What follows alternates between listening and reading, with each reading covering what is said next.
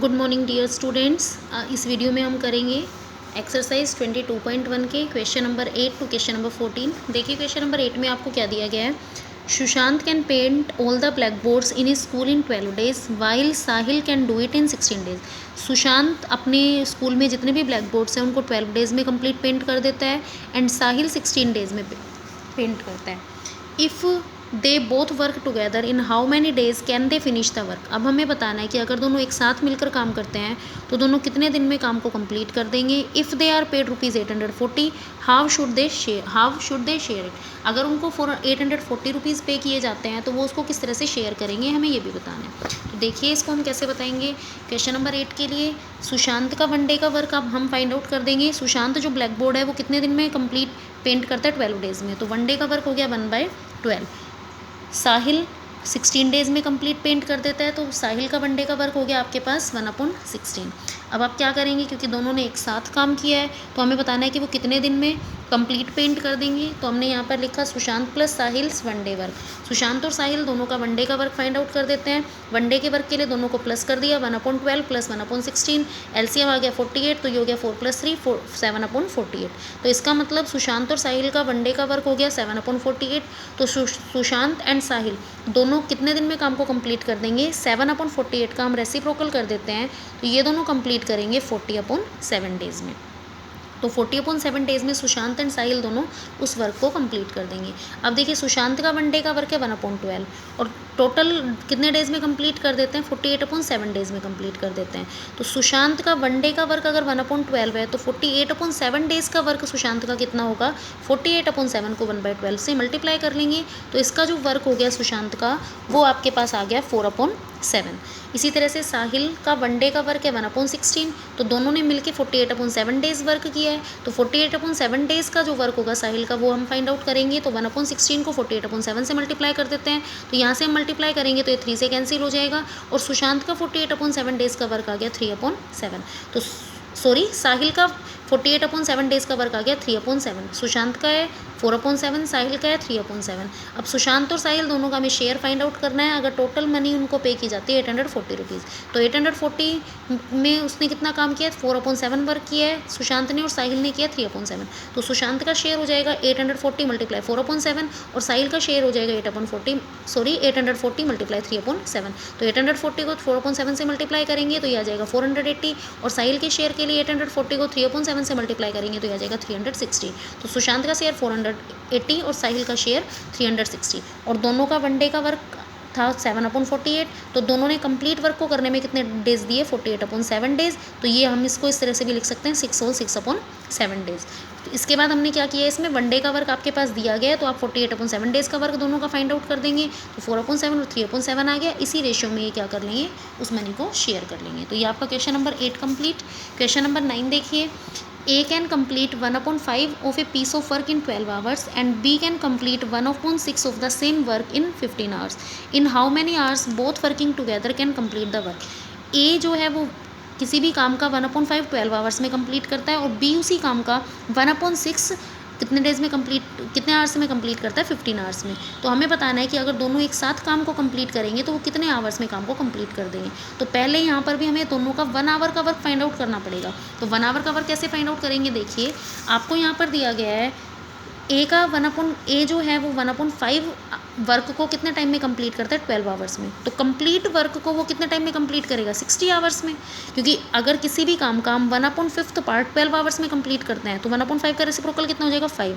तो हम उस कंप्लीट वर्क को कितने आवर्स में कंप्लीट करेंगे, 12 को हम 1/5 के रेसिप्रोकल से मल्टीप्लाई कर देते हैं तो हम उस काम को कंप्लीट करेंगे 60 आवर्स में। इसी तरह से बी जो है वो 1/6 पार्ट को 15 आवर्स में कंप्लीट करता है। तो बी जो है वो कंप्लीट वर्क को कितने टाइम में कंप्लीट कर देगा, बी यहाँ पर कंप्लीट वर्क को कंप्लीट करेगा 15 × 6/1, 1/6 का रेसिप्रोकल 6/1। तो बी से कंप्लीट कर देगा वर्क को 90 आवर्स में। क्योंकि ए ने 1/5 पार्ट वर्क का 1/5 पार्ट 12 आवर्स में कंप्लीट किया, तो कंप्लीट जो वर्क है, पूरा जो वर्क है उसको कितने टाइम में कंप्लीट करेगा, 60 आवर्स में।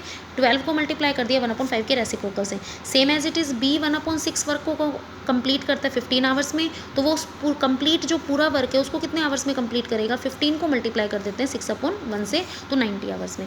अब आपको पता लग गया कि कंप्लीट वर्क ए कंप्लीट करते 60 आवर्स में और बी कंप्लीट करते 90 आवर्स में, तो बी का 1 आवर का वर्क फाइंड आउट कर देते हैं और ए का 1 आवर का वर्क फाइंड आउट कर देते हैं। तो देखिए ए का जो 1 आवर का वर्क आएगा वो कितना आएगा 1/60, क्योंकि 60 आवर्स में काम कंप्लीट कर दिया, और बी का 1 आवर का वर्क आ जाएगा 1/90, तो ए का 1 आवर का वर्क हो गया 1/60, बी का 1 आवर का वर्क हो गया 1/90, दोनों का 1 आवर का वर्क फाइंड आउट करना है तो दोनों को ऐड कर देते हैं, 1/60 + 1/90, दोनों को ऐड करेंगे तो यहाँ से हमारे पास एलसीएम आ गया 180, जब 180 एलसीएम आ गया तो यहाँ से आपके पास आ गया 3 + 2, क्योंकि 63 ज़ा 180 और 92 ज़ा 180, तो 3 + 2 ये हो गया 5/180, और 5/180 को जब हम कैंसिल करेंगे तो ये आ गया 1/36। तो ए और बी का 1 आवर का वर्क हो गया 1/36, तो अगर 1 आवर का वर्क 1/36 है तो कंप्लीट वर्क को वो कितने आवर्स में कंप्लीट करेंगे, 1/36 का रेसिप्रोकल कर देते हैं, तो दोनों उस कंप्लीट वर्क को कंप्लीट कर देंगे 36 आवर्स में।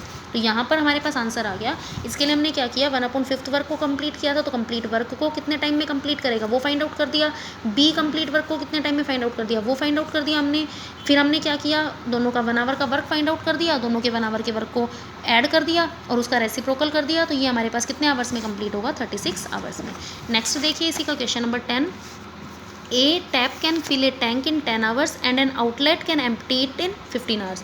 एक टैप है वो एक टैंक को 10 आवर्स में फिल करता है, और एक दूसरा आउटलेट है जहाँ से पानी बाहर जा रहा है, तो वहाँ वो एम्प्टी कर देता है उस टैंक को 15 आवर्स में।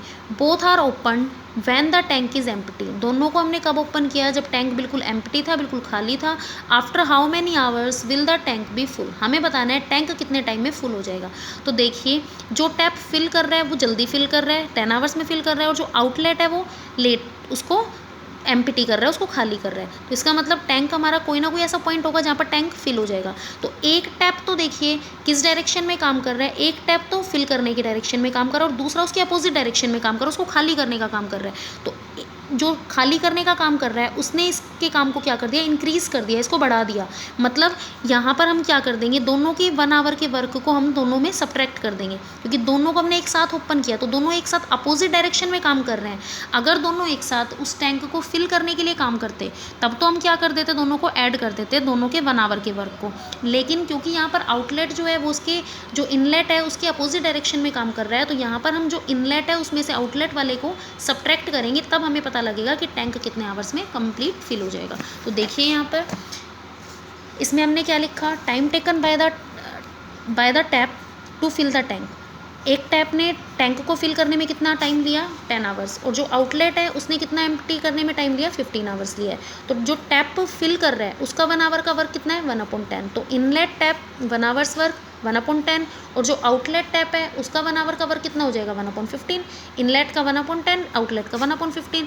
अब अगर दोनों पाइप को हम एक साथ ओपन कर देते हैं तो दोनों एक 1 आवर में कितना वर्क करेंगे, क्योंकि एक फिल करने का काम कर रहा है दूसरा एम्प्टी करने का काम कर रहा है, तो फिल वाले में से एम्प्टी वाले को हम सब्ट्रैक्ट कर देंगे। तो work done by both the taps in 1 hour, 1 hour में दोनों टैप्स कितना वर्क करते हैं, तो हमने सब्ट्रैक्ट कर दिया 1/10 में से 1/15 को।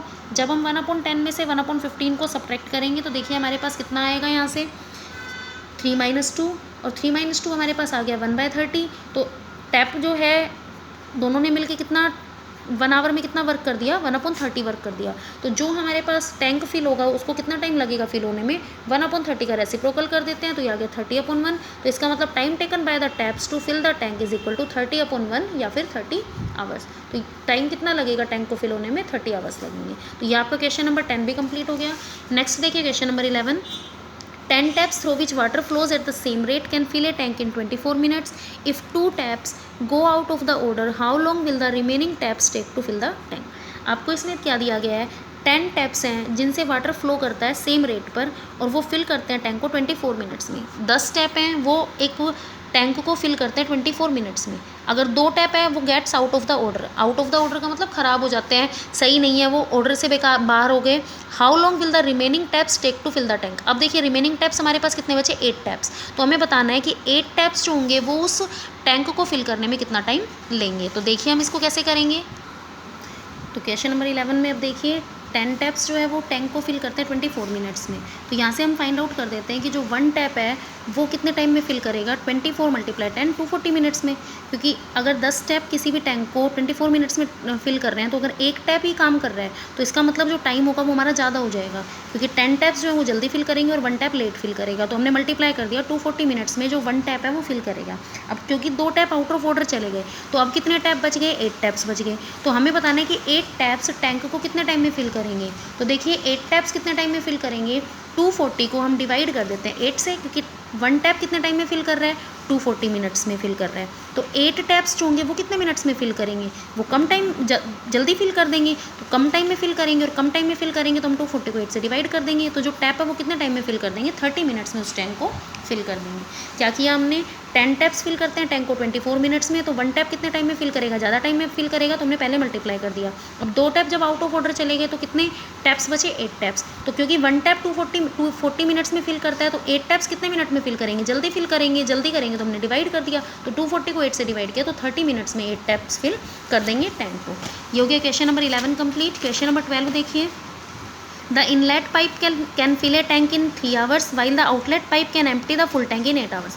इनलेट पाइप जो है वो फिल करता है 3 आवर्स में, आउटलेट पाइप एम्प्टी करता है 8 आवर्स में। How long will it take for the tank to fill up if the inlet and outlet pipes are open simultaneously. अगर हम इनलेट और आउटलेट दोनों पाइप्स को एक साथ ओपन कर देते हैं तो जो टैंक है वो कितने टाइम में फिल हो जाएगा। तो अभी जैसे हमने क्वेश्चन नंबर 10 किया था उसी तरह से है ये भी। तो हम दोनों इनलेट पाइप का और आउटलेट पाइप का दोनों का 1 आवर का वर्क फाइंड आउट कर देंगे, और इनलेट पाइप के 1 आवर के वर्क में से आउटलेट पाइप का 1 आवर का वर्क सब्ट्रैक्ट कर देंगे, तो हमें पता लग जाएगा कि टैंक जो होगा वो कितने टाइम में फिल हो जाएगा। तो देखिए, work done by the inlet pipe, inlet pipe कितने टाइम में फिल करता है, 3 आवर्स में, और आउटलेट पाइप कितने आवर्स में कंप्लीट एम्प्टी कर देता है, 8 आवर्स में। तो ये 3 और ये 8 आवर्स। तो work done by the inlet pipe आपके पास हो गया 1/3, work done by the outlet pipe आपके पास हो गया 1/8। तो हम दोनों का वर्क डन फाइंड आउट कर देते हैं 1 आवर का।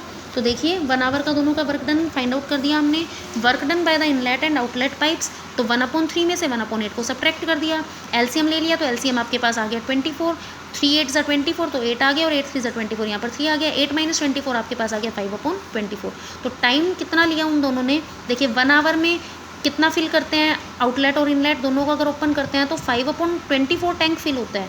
तो 5/24 टैंक जो फिल होता है वो 1 आवर का वर्क हो गया। कंप्लीट टैंक कितने टाइम में फिल होगा, 5/24 का रेसिप्रोकल कर दिया, तो ये आ गया 24/5। तो time taken by the inlet and outlet pipes to fill the tank is equal to 24/5 hours.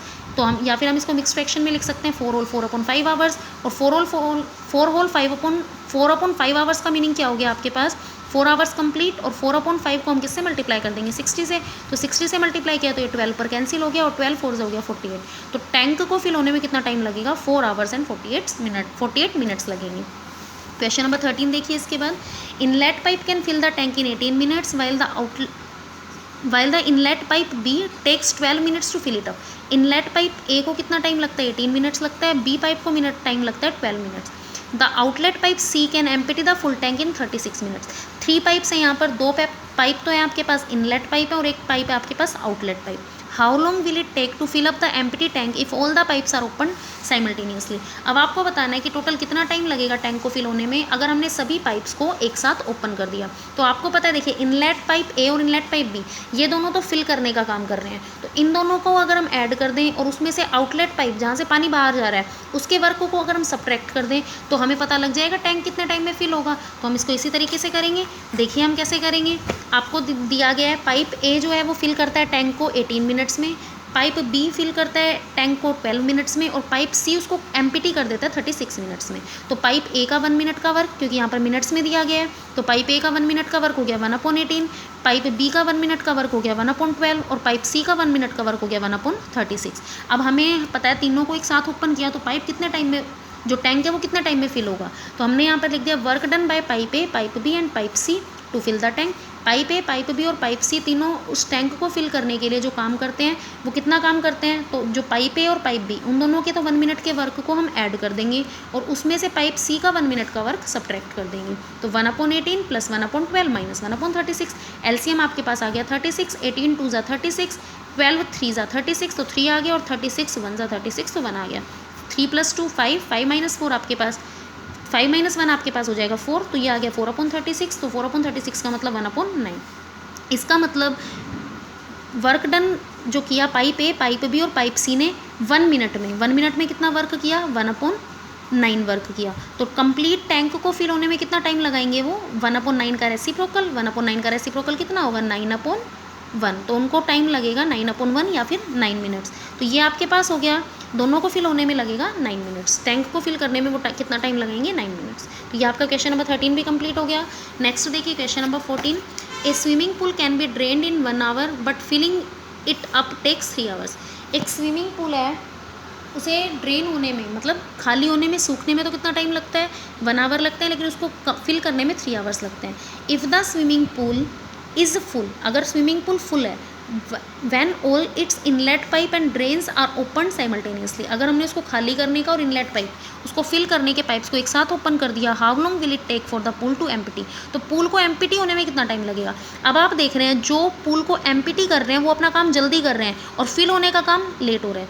जैसे जो आपके पास स्विमिंग पूल है वो एम्प्टी तो कितने आवर्स में हो जाता है, 1 आवर में, लेकिन उसको फिल होने में 3 आवर्स लगते हैं। तो आप कह सकते हैं कि वो एम्प्टी पहले होगा, क्योंकि एम्प्टी होने में सिर्फ 1 घंटा लगता है और फिल होने में 3 आवर्स लगते हैं, तो वो एम्प्टी पहले होगा। तो यहाँ पर हम क्या करेंगे, हम एम्प्टी वाले में से फिल वाले के 1 आवर के वर्क को सब्ट्रैक्ट कर देंगे, तो हमें पता लग जाएगा कि पाइप जो पूल है वो कितने टाइम में एम्प्टी हो जाएगा। तो देखिए हमने यहाँ पर लिखा work done by the inlet pipe is equal to 1/3।